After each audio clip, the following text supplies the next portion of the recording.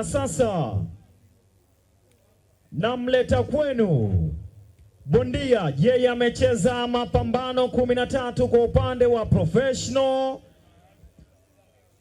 4 kati ya hayo ameshinda, huku 3 kati ya hayo 4 ameshinda kwa KO. Na kwa upande kwa kupoteza, amepoteza mapambano 6, 2 akipoteza kwa KO na hajawahi kudraw. Si mwingine kutokea Pugu Mnadani ni Ismail Ibrahim Boyka.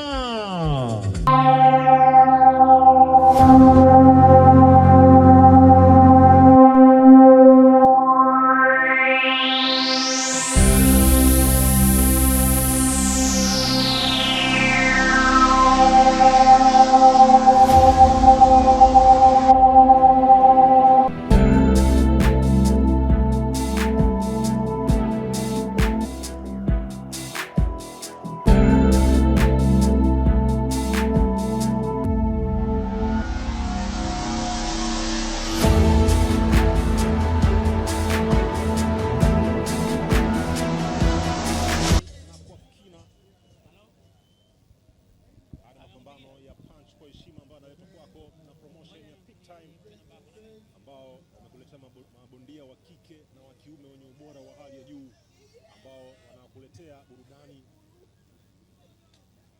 ya kutukuka kabisa katika Punch kwa heshima Idi Moss Machi 21, 2026. Leo bwana ni makali kweli. Saidi Bwanga, raundi ya kwanza hiyo inaenda kuanza kati ya Boyka dhidi ya Sadiki Abdullah Aziz. Kipi tutegemee katika raundi hii ya kwanza na pengine katika raundi zote 6 za mpambano huu wa uzito wa bantam kati ya wakali hawa wawili? Kwanza kwa Ismail Boyka, kiangalia kurejea kwenye fight yake ya nyuma dhidi ya Hassan Donga, ilikuwa ni mbaya kwake kwamba alipoteza fight. Kwa hiyo mashambulizi yamekuwa ni makali katika sekunde za mwanzo kabisa.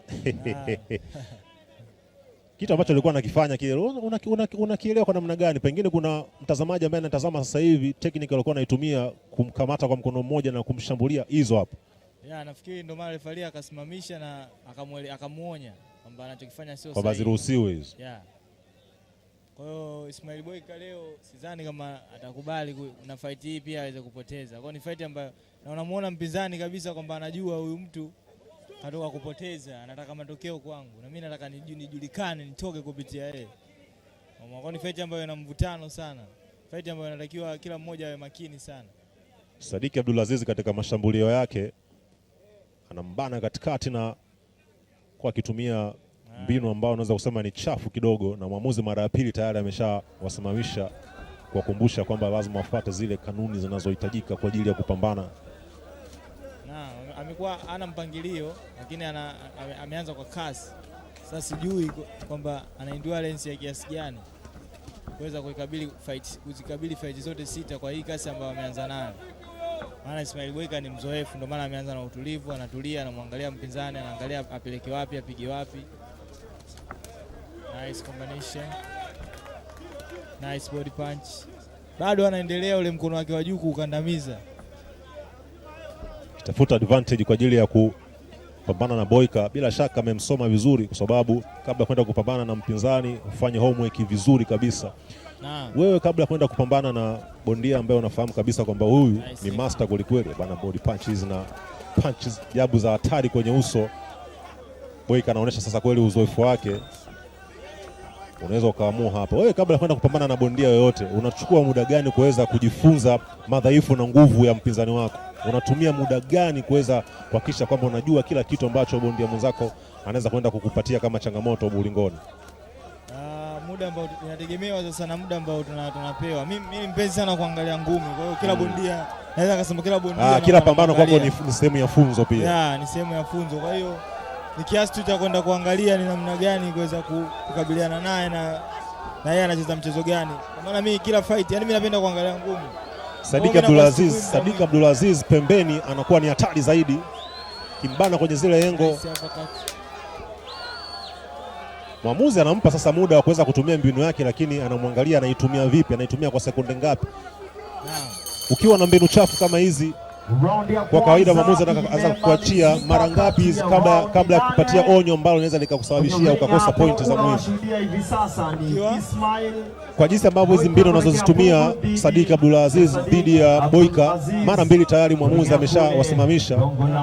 Kwa kawaida mwamuzi huwa anatumia onyo mara ngapi kwa bondia ambaye huwa na mbinu za namna hii, ikiwa nafahamu kabisa kwamba inawezekana ndio mbinu pekee aliyokuwa nayo, lakini kuna wakati ambao unafika, kuna zile kanuni ambazo unazivunja za kawaida katika boxing. Nafikiri mwamuzi ana nafasi ya kumuonya bondia takriban mara 3. Kama unakuwa unarudia tena lile kosa ambalo amekuonya, yaani umeonywa unarudia, umeonywa unarudia, unaweza kudisqualify fight out of the ring. Akakunyima ushindi.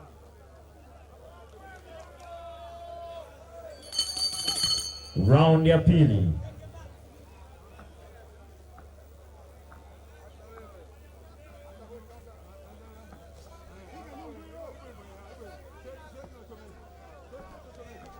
Saidi Bwanga, spidi ni ile ile aliyoanza nayo kwenye raundi ya kwanza na raundi ya pili, moto ni ule ule. Naam, fight kali kama nilivyokuambia kwamba Ismail katoka kupoteza fight ya nyuma. Kwa hapa lazima arekebishe makosa ya nyuma, na lakini anatakiwa arekebishe katika ubora wa hali ya juu. Naam.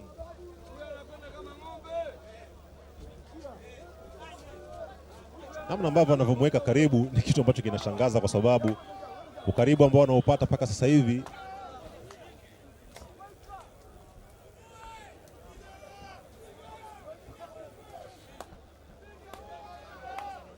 ana mbinu ambayo ameingia nayo bwana Sadik Abdulaziz ni kumharibia bwana Boyka, yani asijipange, hampi muda. Ukiangalia hapo hampi muda wa kuweza kuandaa mashambulizi yake bwana Ismail Boyka, mara nyingi amekuwa akimharibia kwamba kabia unamkabia kwa juu, unamkabia kwa juu, yani mara nyingi anakuwa hampi chance ya bwana Ismail Boyka kuweza kujipanga. Mpinzani wake akiwa ni mkali zaidi yako, tafuta namna yote ya kuweza kumzuia katika ile nguvu, kwa sababu nguvu ya Boyka ni namna ambavyo anavyoweza kurusha zile cross jab zenye hatari kwa kiasi kikubwa, na vimo vyao vinalingana. Faida hapa anaweza kuwa nayo nani kulingana ile mbinu ambayo amekuja nayo. Bado Ismail Boyka anaona bado ana struggle kutegua mtego wa mpinzani wa Sadik Abdulaziz. Sadik Abdulaziz, ile fujo ambazo anamletea bado, yani bwana Ismail Boyka hajazipatia ufumbuzi wa kuweza kumtoka na kuscore. Anachokitafuta ni zile body punch, anabaki. Yani ampi chance ya kuweza kupiga. Gadi nzuri ya Boyka kiweza kuzuia mashambulizi haya, body punches ya Sadik Abdulaziz fanikiwa kutoka katika ile nice body punch. Sadik Abdulaziz ambacho anakitafuta sijakijua mpaka sasa hivi. Saidi Bwanga ni kitu gani ambacho anakitafuta, kwa sababu katika raundi hii ni raundi ambayo inaonekana Boyka anaihitaji zaidi. Nafikiri ni wakati sawa wa kona ya Ismail Boyka kuweza kumrekebisha bondia hao, sababu umeona kabisa game plan ambayo ameingia naye Sadik Abdulaziz bado inamnyima comfortability wana Ismail Boyka wa kuweza kupanga mashambulizi yake. Bado unaona anapiga anabaki, anapiga na Ismail Boyka bado anakuwa anabaki, na anavyoendelea kumng'ang'ania pia anampata zile jab za usoni na body punches zinakosa nguvu, kwa sababu hapo karibu mno. Naam. Yani wote wamekuwa wakikutana kati, hawaweki gap la kuweza round ya pili kati ya round 8 imemalizika. Kumbuka hili kwa uzoefu wa Ismail Boyka sasa wakati wa kuweza kutafuta nafasi, kuweka nafasi Bongo Boxing Safari.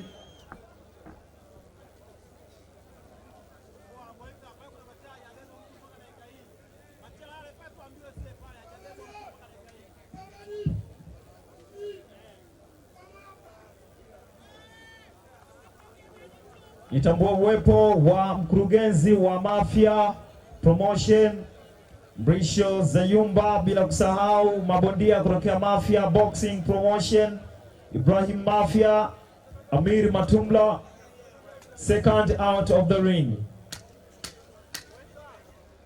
Round ya 3. Refa ataki watu wapoe damu rudini fasta tuendelee na pambano, kwa sababu watu wanahitaji kuona burudani, watu wanahitaji kuona punch kwa heshima kweli. Sadik Abdulaziz anaweza karudi na mbinu gani kwa sasa hivi, kwa sababu inaonekana wazi kabisa hawezi kuwa na mbinu ya aina moja bado unaona anafanikiwa kumzuia Boyka, yani kushambulia vile anavyoshambulia, kwa sababu Boyka ukimwachia tu nafasi anaonekana kuwa ni hatari zaidi. Kwa unaona kabisa kwamba anafanikiwa, basi wewe nibaki hapa kwenye game. Na uwezo ukajita Boyka kama hauna punch ambazo zinamfanya mpinzani wako afikirie mara mbili jinsi gani kuzuia. Na kama unafahamu bwana, kiwanda cha filamu kimepoteza mmoja kati ya wapambanaji wakali sana katika ulingo. Chuck Norris, mtaalamu wa kung fu, lakini pia sana za mapigano alikuwa ni mkali haswa, ana mikanda 6 of course ya ubingwa wa dunia katika mapambano yake ya karate, lakini pia anaendelea kudhihirisha kwamba upande wa mapigano bado anaendelea kuwa hai, na hata Boyka pia bila shaka huko aliko atakuwa anamkumbuka vizuri Chuck Norris katika ubora huo. Na Boyka wa Tanzania pia tunamuona hapa jinsi ambavyo anavyosababisha Sadik Abdulaziz aonekane ni kama vile ndo anajifunza, ingawa wote wanaonekana bado ni wakali katika hii kazi. Naam.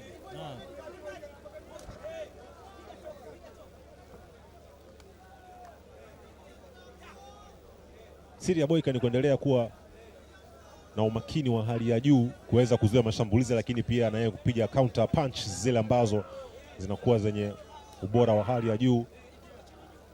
Naona kama kuna cutting imetokea kwa upande wa Ismail Boyka. Upande wa kulia wa jicho lake inaonekana tayari ushapata injury. Naam, umeona kitu anachokifanya bwana Sadik. Yaani bwana Ismail akishafika karibu anamkumbatia hivi, anamdiskufani, anamnyima uhuru. Na tangu raundi ya kwanza Sadiki kila akimkumbatia alikuwa akimtafuta kwa punch za usoni za kutosha mno, kwa sababu Boyka alikuwa anaamini kwamba anapoendelea kuweka gadi huku akiinama katika jinsi ambavyo anavyojizuia jinsi dhidi ya Sadik Abdulaziz ni kama alikuwa akimkwepa, lakini kweli ni kwamba mabondia wote wawili mpaka sasa hivi wanaonyeshana kwamba wamejiandaa vilivyo. Mabondia wamejiandaa, mabondia wana pumzi, mabondia bado wana endurance ya kutosha. Nice jab to jab. Kumbusha tu mtazamaji, hili ni pambano la uzito wa bantam. Sadik Abdulaziz mwenye bukta nyeusi yenye rangi ya njano. Unaona bwana Ismail anapiga hapa. Bwana. Takiwa kwa makini. Kadri mpambano unavyozidi kuendelea na jinsi ambavyo umakini hata wa watazamaji hapa katika viwanja vya Kenesi unazidi kuimarika, kwa sababu wanaendelea kushuhudia fighters bora kabisa. Fight zimepangiliwa, fights bora, nice body punch. TV3 na TV3 Sports hatuwezi kuleta kitu cha ajabu, lazima tukuletee pambano ambayo yana ubora wa hali ya juu. Round ya 3 imemalizika kati ya raundi 8 za mchezo ama za pambano. Kumbuka hii ni punch kwa heshima, tuko live kupitia TV3 kutoka viwanja vya Kinesi Dar es Salaam, tukiwa nguvu na Peak Time ambao ndio waandaaji wa pambano hili, bila kusahau Bongo Boxing Safari, bila kusahau TV3 Tanzania, bila kusahau Euromax, Road One Farmers, PK Farmers na Creative B. Kumbuka usiku huu leo utaweza kushuhudia pambano inayokutanisha miamba kati ya Pius Mpenda dhidi ya Joseph Maigwisya. Second out of the ring.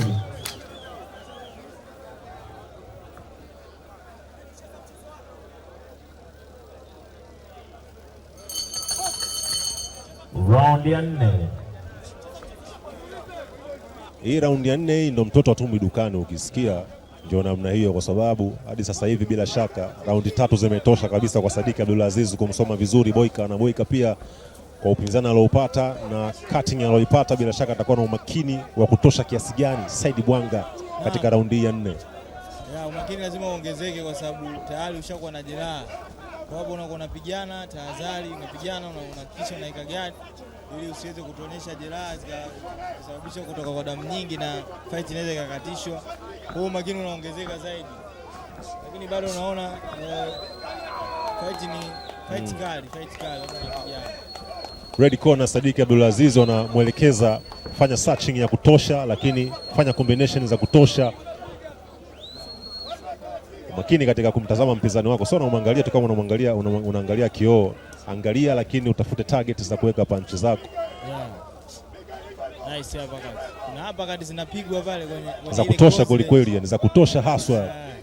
Uvumilivu wa Sadik Abdulaziz nao pia ni mkubwa, kwa sababu kuvumilia hapa kati hasa za kwenye mbavu, kwenye chembe. Na hicho ndo kitu cha kwanza ukitaka kufanikiwa kwa bondia ni uvumilivu. Yaani kwenye vyote.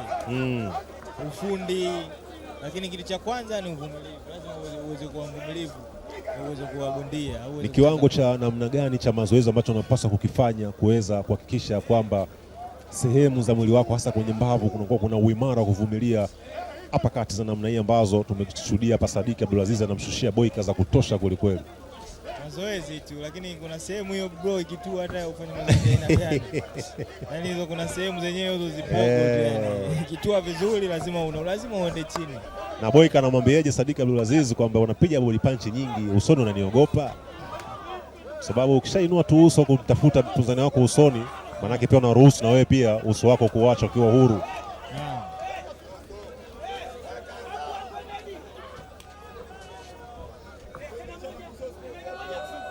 Unazungumziaje stamina za mabondia hawa wawili mpaka sasa hivi katika raundi ya 4, jinsi ambavyo wanavyoendelea kupeana challenges za kutosha, body punches nyingi, lakini uppercut pia zikiwa sio haba? Mabondia wako fiti, mabondia wamejiandaa vizuri, mabondia wamefanya mazoezi. Bado tunaangalia punch kwa heshima hapa Kines na ndugu ambaye yupo nyumbani huko kwenye channel ya TV3 na TV3 Sports Azam TV, Star Times. Bado wanapata burudani ya kutosha, sababu bondia wote tangu fight zinaanza weka tuweke fight zote ni kali, fight zote za moto. Na nikukumbushe tu mtazamaji wa TV3 na TV3 Sports, tutakuwa na pambano kuu main card kati ya Bill Simon Mpenda aka Mpenda Junior 9, lakini pia mpinzani wake atakuwa ni Joseph William Maigisu ambao anatarajia kupanda ulingoni kwenye pambano la punch to punch ama punch kwa heshima litakalofanyika usiku wa leo hapa katika viwanja vya Kinesi jijini Dar es Salaam. Pambano itakuwa ni raundi 8, uzani wa super middleweight kilogram 76, litakalokuwa limeandaliwa na Prick Time Promotion jijini Dar es Salaam.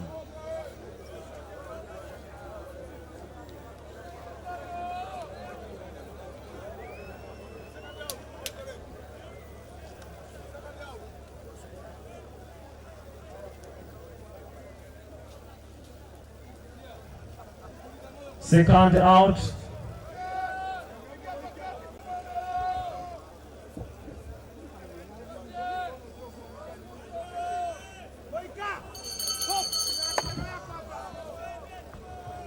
Round ya 5.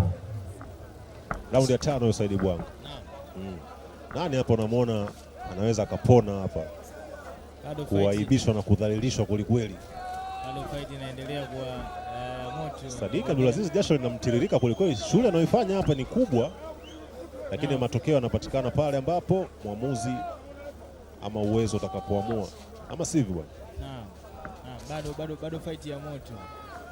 Bondia wote wapo kuna kichwa pale.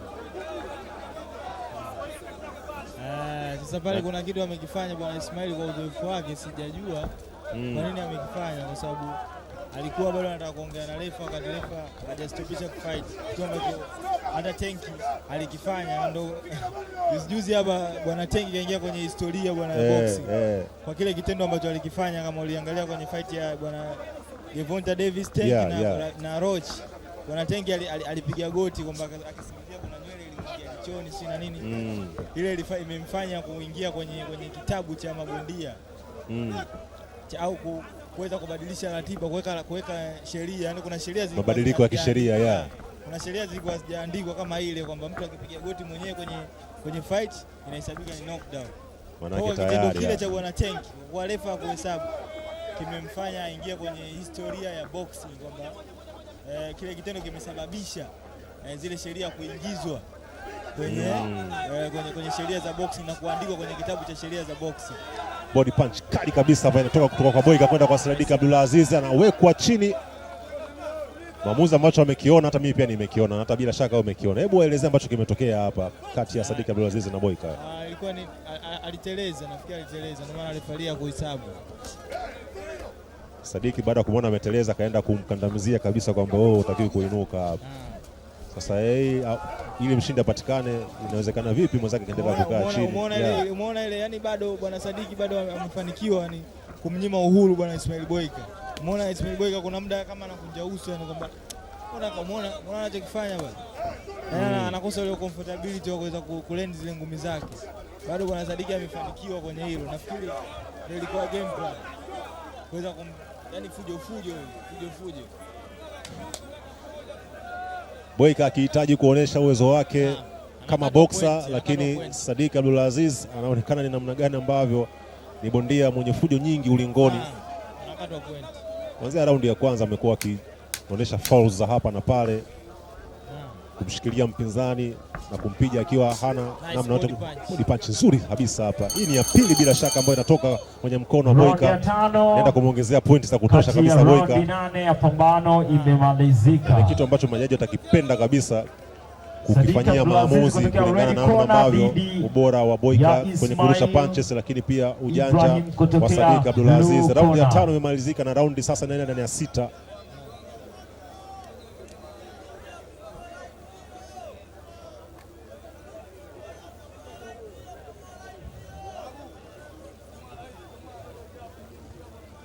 Nitambua uwepo wa meneja wa habari na mawasiliano wa chama cha makocha Tanzania TPBCA Bwana Dauka Somba, bila kusahau uwepo wa rais kutokea TPBRC Patrick Nyembela second out of the ring.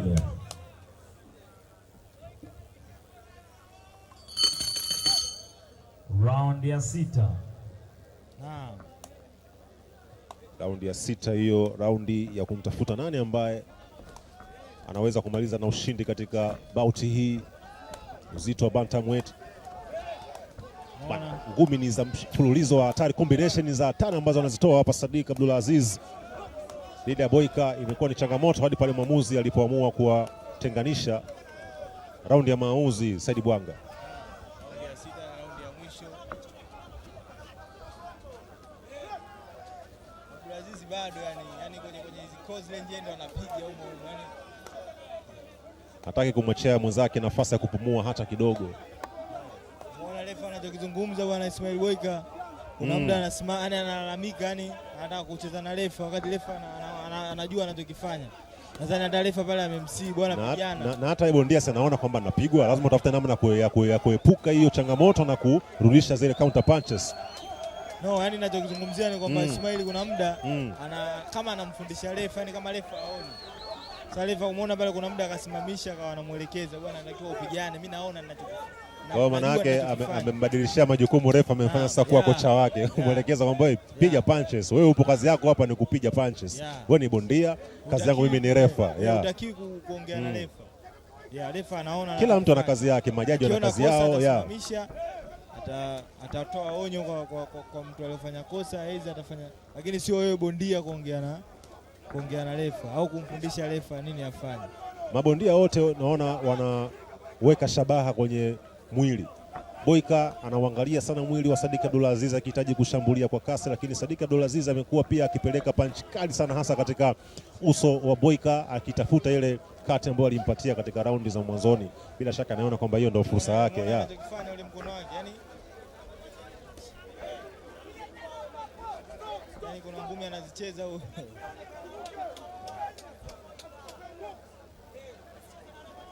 Pambano inaelekea kabisa kwenda kuamuliwa na majaji kwa asilimia kubwa, ndio ambao watatupatia ukweli, lakini kinachoonekana hapa ni kwamba pinzani ni mkali kweli Said Bwanga.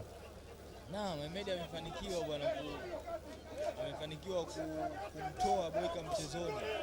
Tafuta katika hapa kati amemkosa, akaamua aweke cross jab.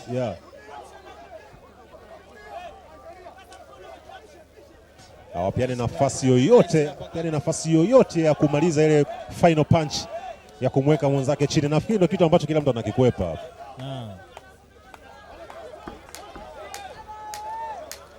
Sekunde 10 zimebakia. Boyka nice. Left hook nzuri kabisa inashuka katika uso wa Sadik Abdulaziz, na raundi ya 6 imefikia. Imemalizika kati ya raundi 8 ulingoni. Raundi ya 6 imekamilika kati ya raundi 8. Kumbuka ni pambano la punch kwa heshima. Ulingoni ni kati ya Sadik Abdulaziz red corner dhidi ya Ismail Boyka blue corner.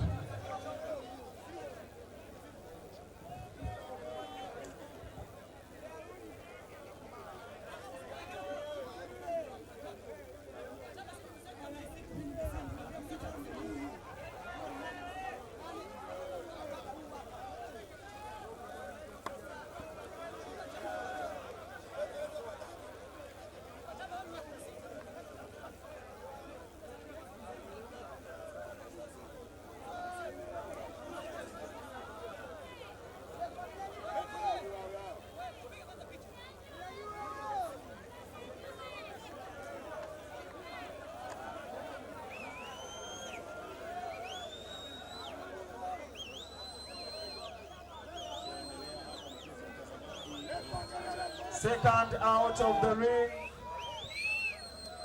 Second out of the ring.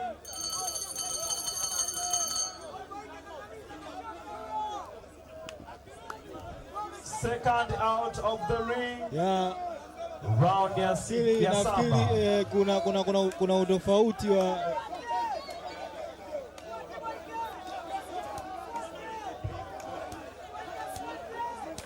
wanapambana raundi 6 na Boyka anaonekana kwamba anazitaka hiyo raundi 2 zilizobakia ambazo hazipo katika kile ambacho mabondia ama Sadik Abdulaziz anachokifahamu, lakini ukimtazama Boyka anaonekana tayari anahitaji kuendelea kupambana. Lakini hili katika upande wa professional, katika upande wa boxing, bondia anajua kabisa raundi ni 6. Pale ambapo anaposema kuna raundi 7 na ikiwa anafahamu kabisa bout ambao anasema ile fighting ambao ameionyesha katika raundi hizo 6 zinamtosha kwa yeye kuweza kupatiwa maamuzi ambayo ni sahihi, hii huwa inachukuliwa vipi kwenye mabondia? Kwa kweli kuweza kuendelea inakuwa ngumu, sometimes inaweza kutoa mchezoni kwa sababu raundi 2 ni nyingi. Kwenye boxing hata sekunde 1 ni nyingi. Kwa hiyo kama unakuwa umejitayarisha kwenye raundi ambazo second out of the ring. Umejiandaa kwa raundi 6 kwamba raundi ya kwanza nicheze hivi. Misunderstanding kwamba kuna raundi nyingine 2. Inakuwa ni kitu kingine kigeni kipi ambacho inakuwa ngumu kuweza kukabiliana nacho, lakini kwa hapa ninachokiona nafikiri makocha wa kona ya Uyunani